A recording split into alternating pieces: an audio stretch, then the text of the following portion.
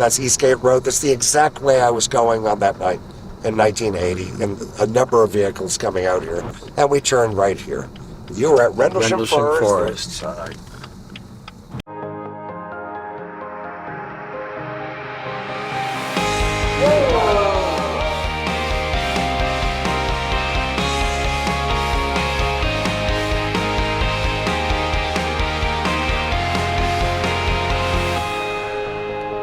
Oh, it's moving faster now.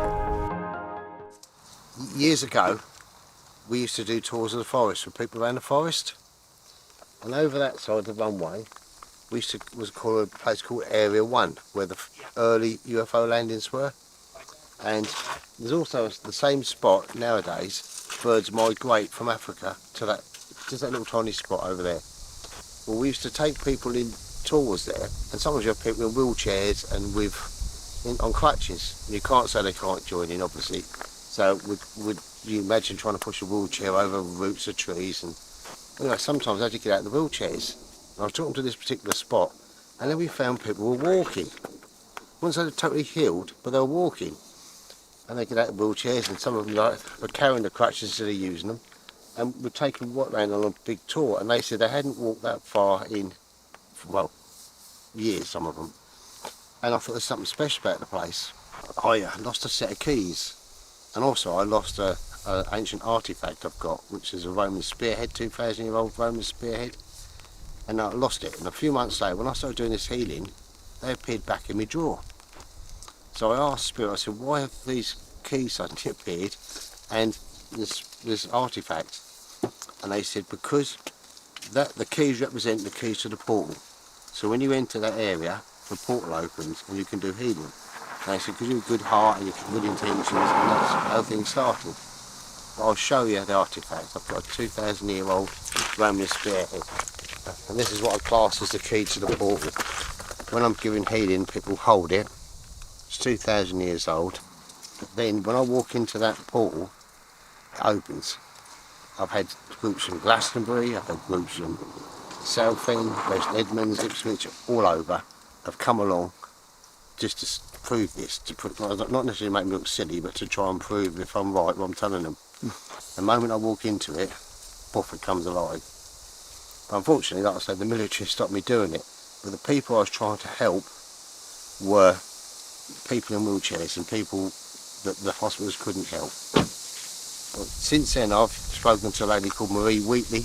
I've never seen her on TV. She knows ancient sites, and I had a chat to her a year ago at a conference, and she was explaining that if you've got, say, you've got an ancient monument or an ancient circle, say, everyone thinks X marks the spot in the middle, but it's not. Outside is where the elite would stand, or the healers would stand.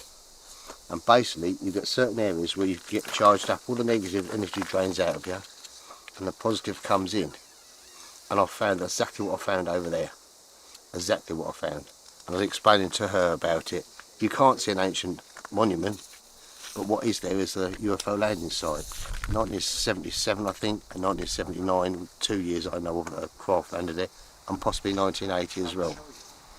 But it is, and the reason I know it's right is because two of my friends got radiation burns from going in there. And when the military found out, they dug it all up, replaced the earth, took the trees away.